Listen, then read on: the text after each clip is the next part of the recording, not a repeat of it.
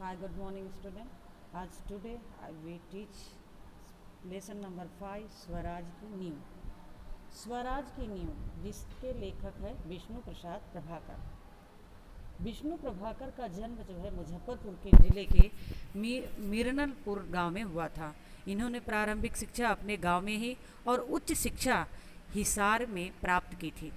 कई वर्षों तक पंजाब सरकार की सेवा करने के बाद सन 1974 में ये दिल्ली में आ गए।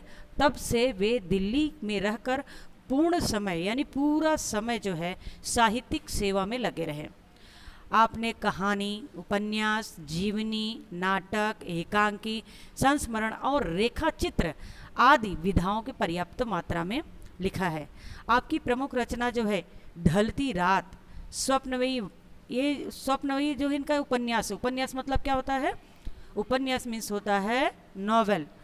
ये इनकी जो है संघर्ष के बाद, इनका कहानी संग्रह है संघर्ष के बाद। नव प्रभात, डॉक्टर ये नाटक इनका। प्रकाश और परछाई, 12 एकांकी, अशोक ये जो है एकांकी संग्रह। एकांकी मतलब एक अंक। जैसे आपका महाभारत ग्रंथ है, उस महाभारत में से एक अंक है किष्किंधा कांड या बाल कांड, बराबर। तो उसी तरह से एकांकी मतलब एक अंग, एक ही पात्र पर कहानी चलती है। फिर है जाने अनजाने, जिनके संस्मरण मतलब क्या होता है? जो किसी की याद को हम लिखते हैं। जैसे चंद्रशेखर के आप भगत सिंह के ऊपर और सुभाष चंद्र बोस के ऊपर जो लिखी जाती है, इसको हम संस्मरण चित्र कहते हैं। आवारा मसीहा, इसके शरद चंद्र की जीवनी है। आवारा मसीहा जो बहुत प्रख्यात जो है शरद चंद्र जीवनी आदि दिया है। विष्णु प्रभाकर की रचना जो है प्रारंभ से ही स्वदेश प्रेम और राष्ट्रीय वेदना और समाज सुधार में बहुत इनका मतलब रहे हैं। ये बहुत ही योगदान अपना समाज सुधारक में अपना समय दिया हुआ है। फिर उसके बाद स्वतंत्रता प्राप्त करने के लिए इन्होंने आकाशवाणी के दिल्ली केंद्र में नाटक निर्देशक के पद पे काम किया है। कहाँ पे? आकाशवाणी दिल्ली के केंद्र में नाटक निर्देशक, डायरेक्टर, नाटकों का, ड्रामा का डायरेक्टर के ऊपर काम किया है। स्वतंत्र लेखन अपनी जीविका बनाकर इन्होंने समस्त साहित्य मानवीय अनुभवों का जो आपकी जो है रचना का रोचकता से संवेदन हुआ है। फिर है ये एकांकी है स्वराज की नींव। ये एक एकांकी है जिसमें सिर्फ एक अंक यानी कि मेन मुद्दा, जैसे मेन हीरो या हीरोइन के ऊपर चलता है कुछ टाइटल। तो ये रानी लक्ष्मीबाई के ऊपर, जब वो अंग्रेजों का सामना करते समय उन्होंने अपना युद्ध किया था अंग्रेजों के समक्ष में, तब का ये है एकांकी, बराबर। इसमें पात्र हैं, ये नाटक है। इसमें पात्र हैं कितने? लक्ष्मीबाई, फिर मुंदर और तात्या, जूही, रघुनाथ और सेना नायक। इसके जो है ये नाटक है और ये नाटक जो है रंगमंच पे खेला। रंगमंच मतलब कि स्टेज पर। अब ये है रंगमंच मतलब कि इसमें नरेटर नरेट करता है। जब नाटक आप लोग ने कई बनाया भी, आप लोग अपने माधव में कई नाटक हुए हैं प्रोग्राम में, तो उसमें ये सब हमने देखा भी है। रंगमंच पर युद्ध भूमि का दृश्य अंकित किया जाता है। जो रंगमंच है, जो स्टेज है, उसमें ऐसा मतलब दृश्य बनाया जाता है कि जैसे अभी युद्ध के लिए भूमि, जैसे युद्ध के लिए जो युद्ध भूमि होती है उसको पूरा दृश्य से बनाया गया है। कैप कहीं पास में लगा हुआ है, क्योंकि स्टेज कब आपको अच्छा लगेगा? जब उस तरह से उसी स्टेज पे कैंप लगा हुआ है जहाँ पे लोग रह रहे हैं।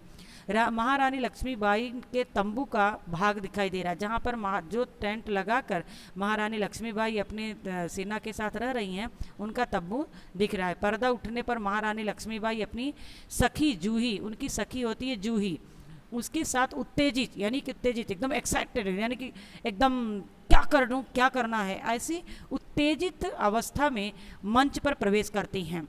दोनों लाल कुर्ती में क्योंकि लाल कुर्ती पहने हुई हैं, क्योंकि ये दोनों जो है युद्ध भूमि में है। ये युद्ध भूमि का सीन है और पहले युद्ध भूमि के जाने के लिए केसरिया रंग या लाल रंग का कपड़ा पहनकर युद्ध करने जाते। तो रानी लक्ष्मीबाई और जूही दोनों ने लाल कलर का कुर्ता पहन रखा है।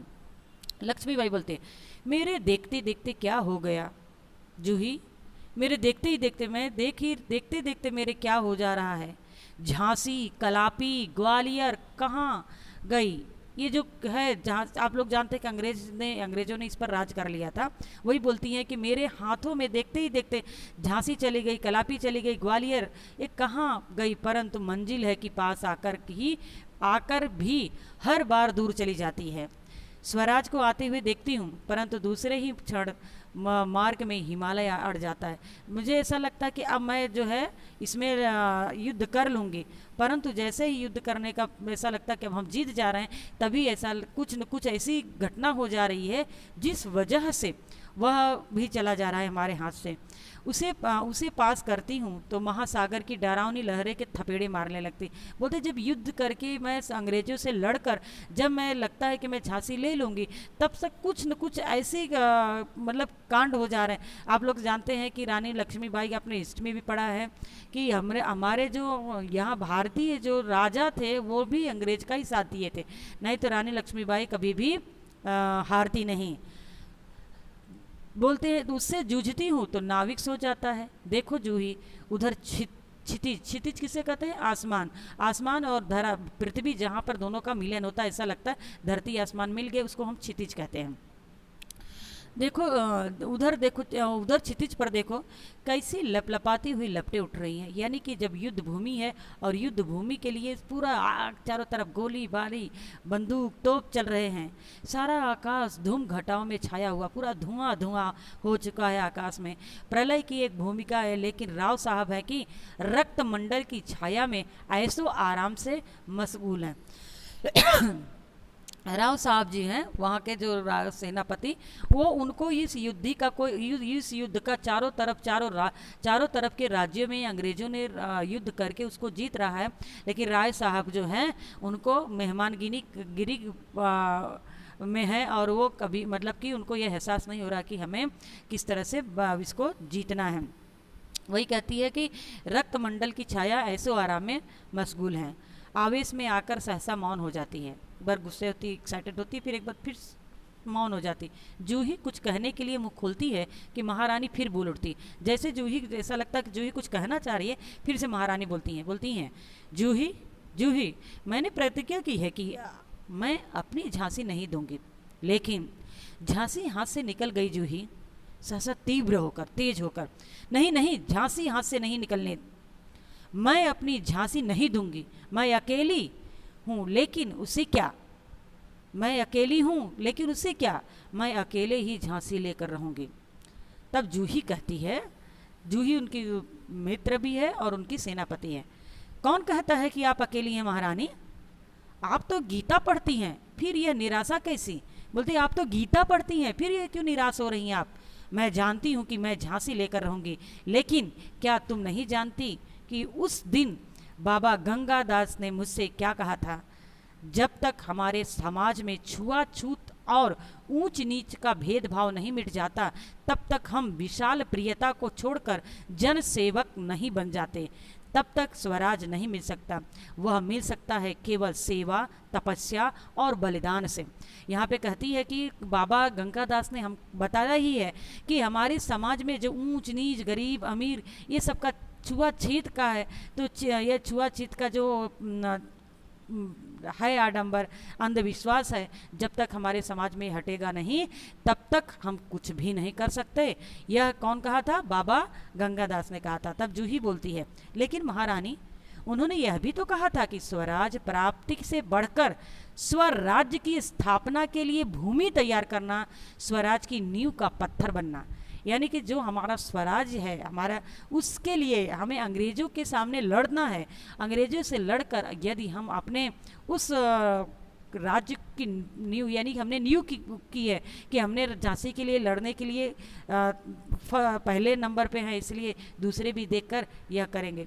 सफलता देव के अब इसके आगे वीडियो में मैं आपको और आगे समझाऊंगी, और आप लोग ध्यान से सुनना और इसको अच्छी तरह से, इसके क्वेश्चन आंसर की पीडीएफ भेजूंगी, उसको लिख लेना। अस्तु, प्रणाम।